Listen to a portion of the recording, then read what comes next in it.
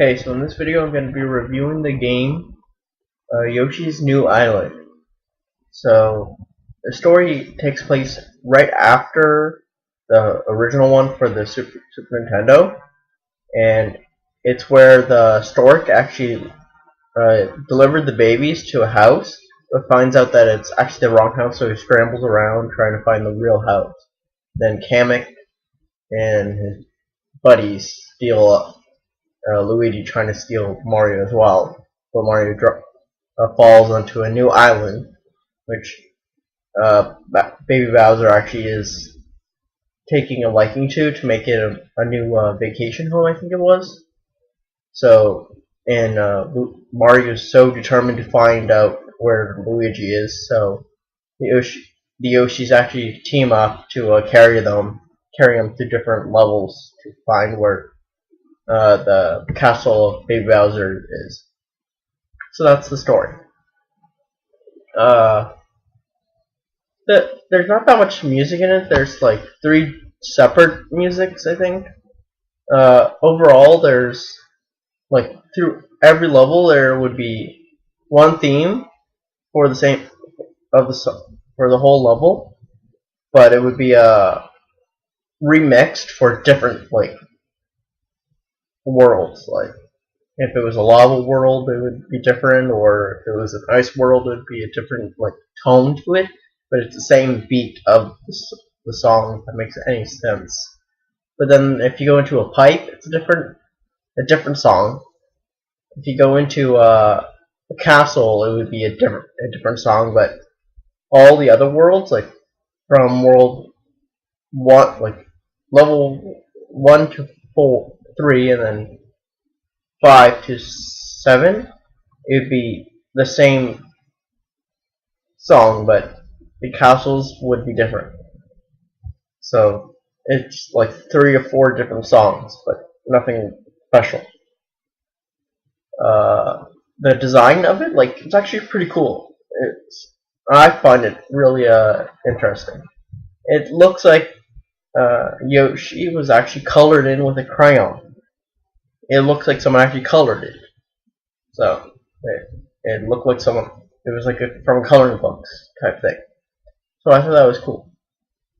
The level design is familiar, but it still has a lot of different things to it. The new aspects are these giant eggs that Yoshi gets.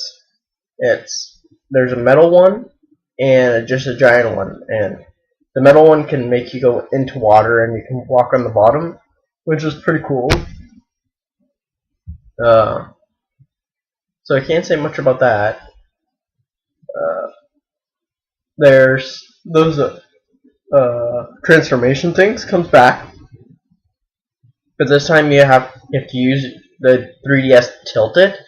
So and it's pretty easy. The tilting, it's not that hard to use.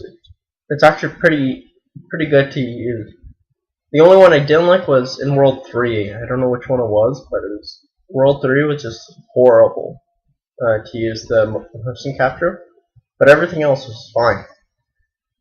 The boss themes are the first world was just so strange to me. Like the very first boss was just really strange.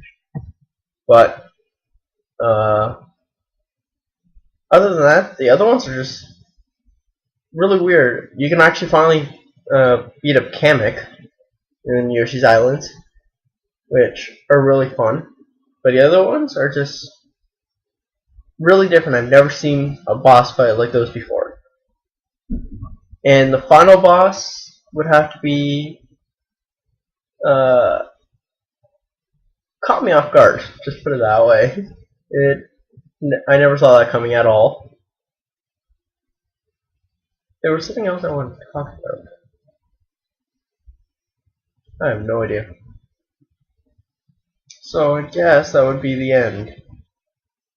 But overall it was a fun game. Oh yeah, it was kind of too short.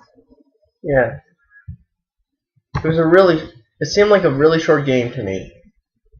It was kind of easy, but that's because mainly for a kid, like a kid to play, because it can't be that hard and it can't be too easy. And it's more of a like looking everywhere in the world because there's no timer, so it's just looking through and finding everything you need.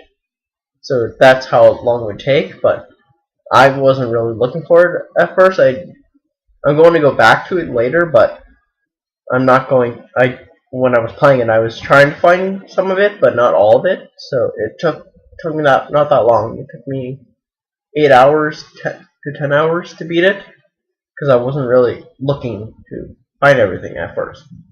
So it was just a really short game to me. But overall, it was a really fun game. It just that was the only complaint. It was just too short. There was only 6 worlds. So comment down below what you thought of this game. See ya.